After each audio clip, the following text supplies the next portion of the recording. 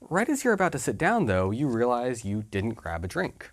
You go back to the fridge and you see water, apple juice, and milk. You have a dairy allergy, though, so you select between water and apple juice. That's another relational operator. You check to see if each beverage was in the set of things to which you're allergic, and you chose the one that gave the answer false. That's a basic rundown of the relational operators we'll use in a nutshell. We might do numeric comparisons, we might check for non-numeric equality, or we might check if something is a member of a certain type or a list of things. Pay attention in your everyday life. You'll likely notice a huge amount of your reasoning uses these same operators. Note that depending on the language, some of these might not be implemented as operators, they might be implemented as methods or functions. That just means that performing these operations is a little bit more complex.